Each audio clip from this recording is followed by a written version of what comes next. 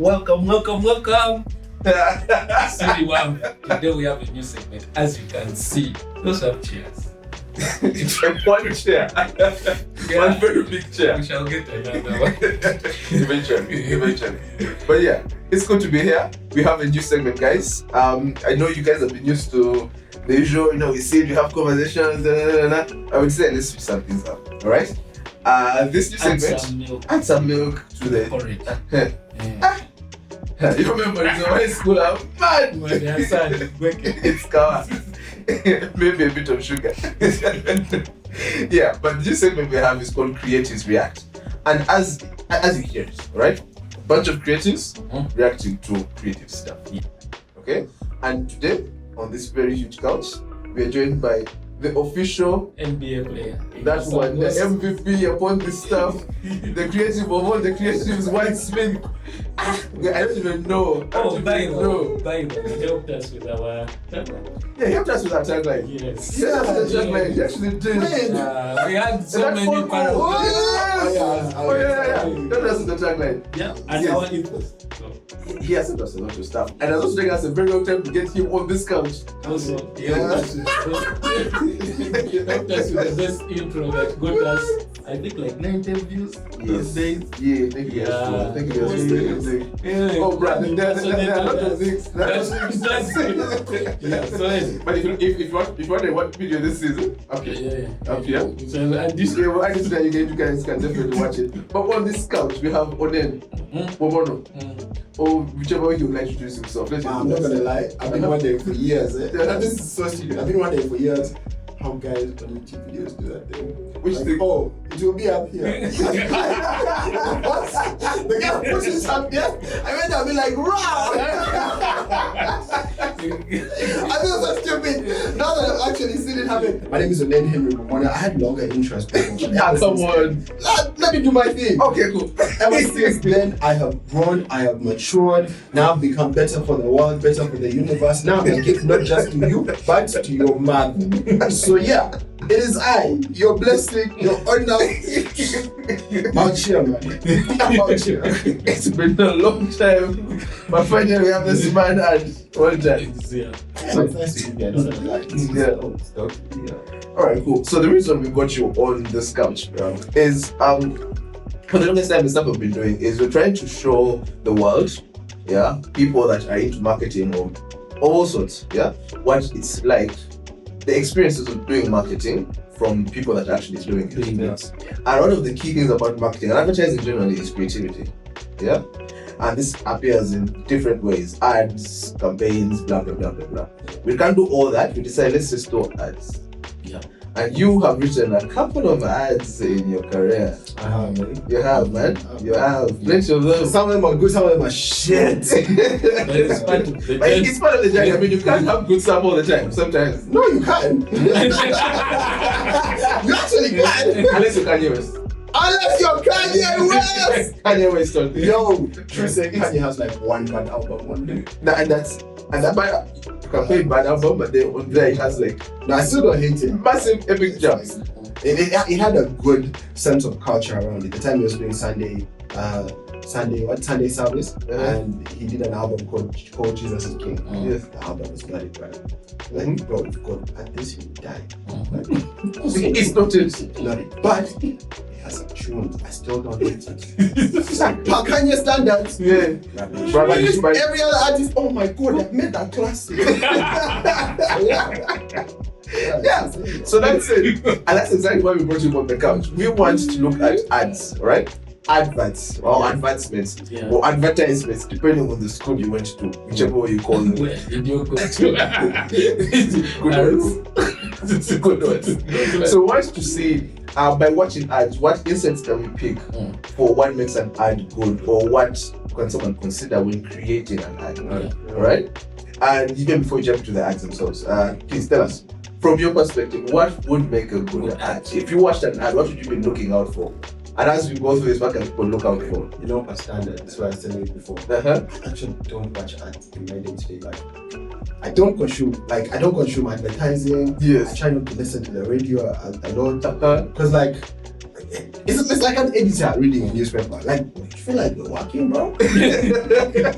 I don't know. Like for me, I feel like also consuming advertising. A lot of times it used to bias me out when I was younger. Like I wouldn't sit and watch something then start creating something. I feel like my mind is already skewed towards like Something that interests. right? Yeah. So I just never do.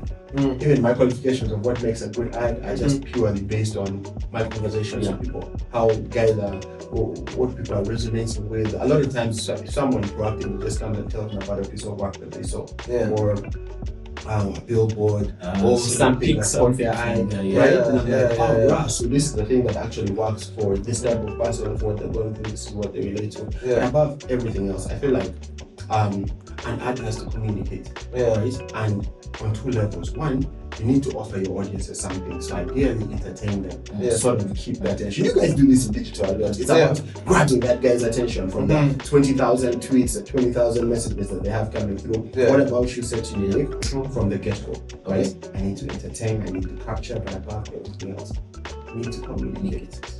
They need to get it. They need to fucking get it, man. They need to, and in the simplest ways. Lately, I'm also learning that there is layers to how people get communication. So over time, generally, I try to improve every single day, right? So now I know that okay, if your target audience has to go through steps to understand your message, a lot of times you lose them along the way. So the less steps, the better.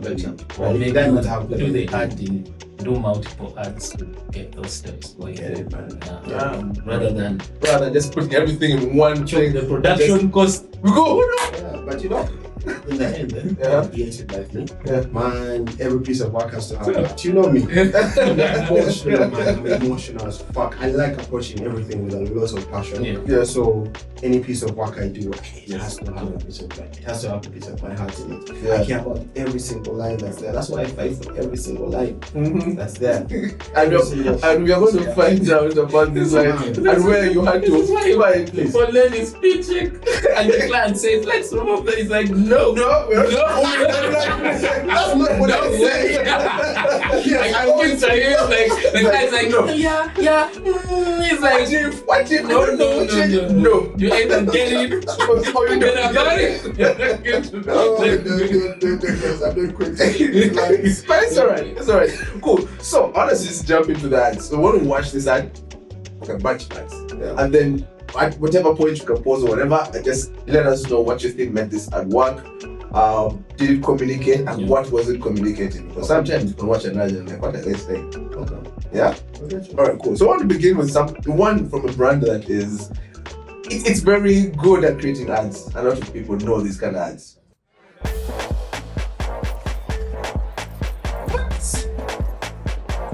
Yeah, Daniel Ricardo answered your queries.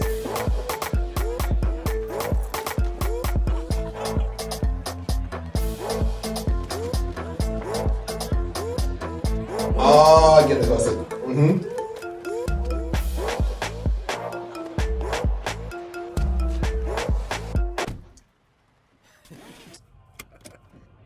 And you feel like a great driver? That you shouldn't drive. Bars. That's an exceptional piece. Yes, that's kind of why we chose that one. Yeah, first of all, this thing wasn't done in the manner I'd expect you to do. Yes. If you have Daniel and Sergio, I'd expect you to sort of put them as the Uber guys in the car, and the ones going to drive people. So everyone else in the ad would be like the normal guy who's just out drinking. But to flip the script like that, it's what Conrad always says. Yes. Use a chameleon to create the unexpected. Right? Alright. It's dope, man. I really like it. Plus, just association from the get-go.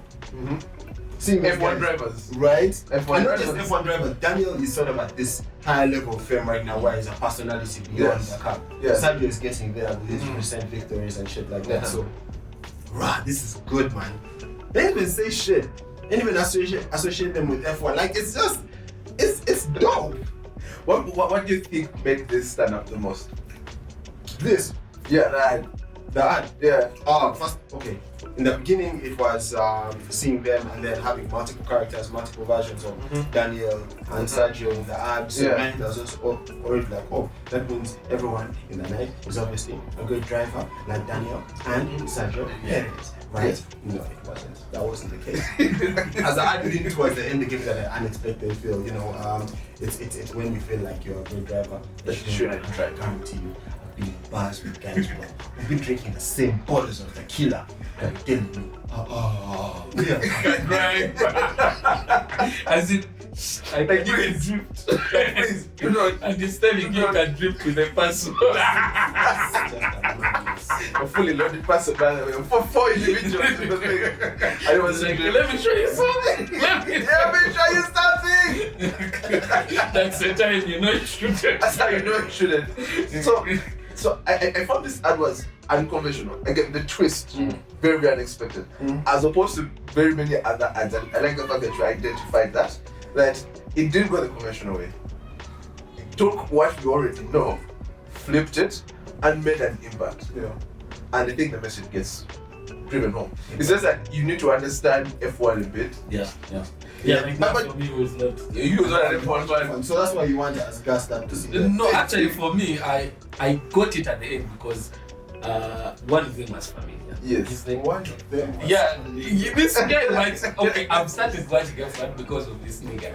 But it made a lot of sense because they are used to speed and they're great drivers. Yeah. So you always assume that even when I drink, which that one now I relate to, like the worst driver is the guy who is assuring you how great he is after being drunk. Yeah. So that means imagine that guy at that speed. Driving It can be. You'll be like, I can negotiate that corner. Sweet. Before you know it, police, there's a problem. He forgets his. Give the people. Give it what they want. Yes. Alright, cool. So the last ad that we're going to watch today is one that you have done. And I'll say, bro. Actually, this was the first ad that you and I worked on. Oh, Cliff! What's going on? So this was the first ad. Collecting it. This is the first one you and I worked on together. What? Yeah, it is. Okay, I love this ad. I really love this ad. Remember how you did the ad? I had to execute it, and I went to Dubai. Yeah, and I didn't. And you did not. Yeah, I didn't like my face for a long time. Yeah. Bastard. I remember that. So I love this ad because you wrote it, the first one we worked on together. So I would like for you to just take us through the journey of this ad. Before or after? After we now watch it again. Because we have to watch it. This ad? Yes. Oh, but I love it. Alright, please. Yeah, alright, cool. Within us lies a deeper connection, a connection that binds us with the ones we have just met. With loved ones or with family. In this season of togetherness, Pepsi wants to reward you and your loved ones as you experience the joy of connection. So choose your partner and win double the prizes in the To Connecting with Pepsi promotion. Simply grab 2 glass bottles of Pepsi, Mirinda or Mountain Dew for you and your partner and check under the crowns. Pair up by sending the 2 codes to 7888 and ask your partner to do the same. The more pairs you form, the higher your chances of winning. You and any of your partners can win 2 new Toyota Wishes, 2 fridges or a trip to Dubai for you and your partner in the weekly draw. You both can also win instant prizes like airtime, cash and even more soda. So drink double, SMS double and win double. Okay, first things first. This ad picked the 2 ads we just watched, the 2 Ugandan ads. One was voiceover, mostly. The other was music. This ad does both. Yeah, you realize this ad does both. It has the song and it has the voiceover. So first take us to, why did you choose to go with both to begin with? Not just one. Action. Be honest, Yes. this was never this was never the way it was gonna go. This ad. Yeah. It really wasn't from the start. I didn't want to do this formula, right? Yeah. Because I'd done it with Chameleon the year before. Yes. I loved it. First time working with Chameleon, almost starstruck. I was in the studio with him and he was killing it. Yeah. And then the next year, I had this idea I was like, bro, you know what? We can actually push this thing because I didn't just want to do the whole same old type concept. And the year before, I worked with Benon. Yes. And Benon had also challenged me a bit. Guy's exceptional, man. He's exceptional at what he does. And the fact that he's been in a career this long and evolved over time, man, the nuggets he has, sick. So I was just getting a bit of wisdom and he challenged me sort of go against the norm, you know. There's one way that people are doing things, even in advertising, and you see it. But you're young, it's coming a bit fresh. Bring a bit of yourself into the industry. It's like, wow, okay, this is sick. So what I wanted to do was, and I don't remember this pitch because it was tough. We're up against another agency, especially for this one. And I knew, I was like, brother, regardless of what anyone does, you're not going to beat me in the body. You're just not. Because I don't know why, but I knew what I had. Yes. So I knew how to push a boundary. Number one, I didn't even just want to do something new. The company in charge of it, we had the retainer for a while, so they were a bit used to the brand. They were pushing a lot, and I needed them to really feel like I was revived energy around it. So number one, sat down, wrote a song. I did it with Severe. So severe! I did it with Severe. And the song was dope. It was dope. I got Barry to give me a beat. Chef Barry. Oh man. Just know my friends came through with clutch. Right? Barry gave me a dope beat. I wrote a jam with Severe. So I even prepped. I even dressed a bunch. It was extra colorful. You still had dreads at that point? Yeah, I did. I had dreads. Yeah, you did. Yeah. I just know it was extra colorful like that. So I entered the workroom and the guys were like, yo, there's something about you guys that's different today. Yes. I was like, wow, I sat them down, pitched the idea. I knew even noticed the mechanics were different. But the guy we were pitching to, the marketing manager at that time, Zeus Agency, exceptional lead. I haven't found a more disruptive innovator like Zeus Agency. And I'm glad, like, he's growing. He's even Coca-Cola now, and the things he's doing with them, wow. Anyway, so Isaac was sort of in charge of the project, and he had us out on even the way we wanted to tweak the mechanics. It wasn't just the original open check under the crown, and wanted to expand it a bit more, right? Oh man, he listened, he poked holes in it, which I love, by the way. I like when someone challenges my thought, because sometimes I'm in love with the idea, and you're looking at it from another perspective I wasn't even thinking about. Man, he gave us builds, and then we went back. They loved the song. Now the key was, could we get that song to be actually there? We didn't want to do it, but wanted John Black to do the song. And I knew John at that time. I knew the guys who were managing John Black. Lob, shout out to you, man. You just dropped the I knew Lobster, who is now managing. What's that artist? The guy who dropped Angel of Mine. He has a new EP called Watershed. That is Baraka. Man, I've been playing that thing a lot this week. It's sad that it looks bad that I didn't know it today. Anyway, I like the music. So Lob at that time gave me a link up. And I talked to John about doing this song that I had in mind. He was like, yeah, I like it. Of course, I'll change some things about it. Like, man, give me a mix. That's what I want. So he sat down, and then around that time, we had like a wider CFD where they're now more stakeholders. Those guys shut on the idea, man. Oh no, we don't want a song like this. What? I like John Black, but the song, what? Oh, bro, I mean, you frustrated me, man. I was getting pissed because again, what you write? I was getting pissed, but I was like, and if I took it out, I was going to, you're going to lose it, yes. So I was like, okay. I shut up, but then I was like, you know what? Give me the weekend. Let me sit down, align with the team, and I'll come back on Monday with a solution for it. Because that's what I do. I need to take time sometimes. Just like I said, if before the person is saying has merit, over time it will show. And then that weekend there was a show. Yes. At that show, John Black performed. So when he was going to take him, I was like, hey, what's up, bro? We talked for a bit, and he was going, I was like, bro, I need you to do something for me. I'm really trying to get this thing for you with Pepsi. So please, when you perform, help me go hard on this song. I was like, John, just want to continue. I have an idea that I'm trying to pursue, but I want to see how the crowd's going to react to it. Guys lost it. Guys lost it, and it had been a year since he dropped that song. So a year? Yes. No. I swear. That song had been out. He had already moved to others. Do that. That was the song that was on Vogue at that time. What? But it had been out for a while. So when he played this, like the narrative, guys were like, no, you can't even use to connecting it because it's old, right? I was like, because when the song dropped, it was powerful. And I played it like a few parties, and I was still seeing people turned up. I was like, what you guys are saying in the boardroom, it's not true, because what I see in real life is that people so there's a disconnect between the boardroom and actual life. Always is. Key thing for when we're doing ads, man. Connect with the person that's you connect with the consumer Always. out of the boardroom. Bro, Remember that. the guy went hard on stage, and guys loved that song. Like, the audience lost it. Guys were singing that shit word for word, and I sat there. And at that point, the guys from Pepsi had like a VIP table, so I saw them, and I saw them see what happened there. Yes. So I knew I had a case to make. When I got back on Monday, I had sort of tweaked it, and I spoke to him, and he gave me a demo. Yeah. He hadn't yet added all this RR, but it was like a groundwork, and he said to me, man, again, John Black was a dope guy to work, but I think because of this management as well, working with the lobs and all was dope. I had a very easy network with them. Yeah. He sent me a demo, and then I pitched to these guys. They loved the idea. Now the mechanics were a bit iffy.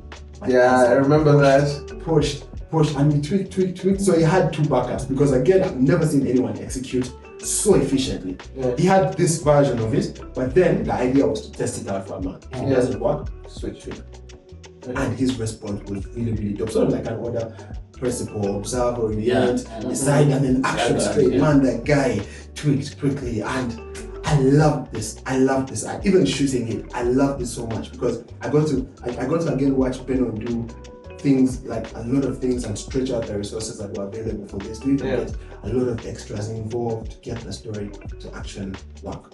Man, he took what I had on page as like a grand idea, he gave it his own treatment, and it turned out into something I really, really loved. I liked how he tweaked the song, because you know this song, the full version played in the radio jingle. There was no VO over it. But here he wanted to make it a lot more emotional. So he had John Black redo it at his studio under his guidance. That's like the version that you get here. Okay. Give me a white. Oh yeah, so it's different from that. Yeah, it's very different from the other one as well. Man, the guy created asset. And every part of this really works, because you see at the beginning, this is something that I wrote this, but I mean, every creative honestly is biased by his own personal experience. Yeah. I wrote this from things that I've seen happen in my life, where randomly you meet someone and you just have like random acts of kindness, like someone offering you a drink. It happens to me a lot these days when I'm running. Yes. I just get patched on the way, and I'll stop at like a shop at a pharmacy and ask them, bro, can I have some water? I won't even ask for money. They just give me the water. I'll drink and I'll leave. I say thank you, and I did. That's the shit I wrote against. Like, no, you know, on the bottom again. Oh no, this thing does not happen. Some more classic thing. So yeah. Add that to the dictionary. Yeah, well, thumbnail text. More classic. His reaction. Yeah. A lot happened with this, but otherwise, man, I was hella proud of it. I liked it, and I loved the promo. This was like the only promo I'd done without some super high energy music. It wasn't any of that. I just wanted it based on something that people already loved, something that resonated before, and I felt like this would resonate. That element of sharing, so there's a bit of a religious context to it, there's love to it. Like, I was looking for so many things that sort of tackle what it means to be Ugandan, even with the limited resources. But again, if you ask me to do an ad right now, I wouldn't write this. Why? I wouldn't. That was me at that time. Now you're a different person. Now I also see like so many things that are wrong with this ad that honestly I was making. I was making a lot of assumptions even here in terms of setting. A lot of compromises were made in terms of just delivering the winning aspect, even in terms of the graphic interpretation of it. Like, there's so many things here I just wouldn't do. But at this point, that's where you are. That's where you are, and I think it actually worked, because when you did that, I did the execution for this on digital, and the message stuck. I didn't have. And I was a consumer. And he was a consumer. Yes. That's a weird. I think that's kind of when it's around the same. Yes, around the same time we started working together at the same time. Yeah. So I liked it because it stuck. All right. The concept of the ad stuck. The only part I had to do explaining a lot was the mechanics, because it involved two people. But beyond that, the ad worked. It stuck. People loved it. People would resonate with it. You go and talk about Pepsi to connecting it, and you knew it's the ad that did that. Yeah. So it was a dope one. For me, from the consumer side, it was related. most of the times I interact with the ad online was moments, not actually the brand aspects. The activations were less of the performers or whatever. It was more about people with the beers. And you know, when you go and activate in northern Uganda, guys are like, Also, shout out Isaac Mulindwa for PCL activation. Yeah, those activations were beautifully man. So it kind of like it was so relatable. Yes. Like the word is to connecting it. I am sure even the issue is, again, even on digital, people get so attached with their stuff. The hashtag has to be, it was so simple to connecting it. Let's move. Like, so I felt like the campaign was, once it dropped, it was flowing. Yeah. Whatever way you scaled it, whether radio, TV, digital, it was about the moments we have with Pepsi. And then I can get to enjoy and still pass on. Do you know what's wild is we changed the mechanics for it after a while. After 2 months. Yeah. It was the 2 months to change the mechanic. We flipped it back for that last lap. Yeah. I actually did. But what I learned from that also was, don't be afraid to tweak stuff. Yeah, man. Like, don't be afraid to tweak. Like, if something is not working or is not working as you expect, tweak it. Yeah. Tweak it. The first month it picked up for the excitement. The second month it sort of, I think, went down. It went down, yeah. Because like the response was, okay, now the mechanics are a bit confusing. Yeah. And I'm like, alright, cool. That's one of the things I wouldn't do now. I wouldn't have a mechanic that complex. I would always simplify. I would just find like tweaks, because I've even seen improvements I would have made in the mechanics. I could still keep the aspect of two people, but I would have simplified the customer journey immensely. I see that now. I wouldn't have even seen it then. But the fact that the people in charge at least let us they had to do it as it was. We learned from that process, because I guarantee you the campaign that came after this worked. Worked, because we already had actual learnings. We knew what went wrong here and what worked fantastically. So we picked those, doubled down, and executed. So also, because we love our viewers, of course his consultation is not for free, but we are going to get him to work with us on the workbook to guide you on how to make a winning ad. And winning is relative if you actually do iterate and go. That's why the ad did at that time is not the same way you would do it now. So there are kind of those things that will be there, then hopefully you will use it and win. Yeah, exactly. So if you guys would like us to have another session like this, because this is new, alright? We would like to know from you guys, would you want us to have another session like this? Oh, they have questions. Actually, yeah. If they have questions for him, down in the comments. Down in the comments, we definitely have answers. But if you'd like for us to have another session like this, you can also propose who you'd like us to have. Yes. That one. Cool. Yeah. I don't know. That's it. Yeah, that's basically it. See you guys on the next episode. See you on the next.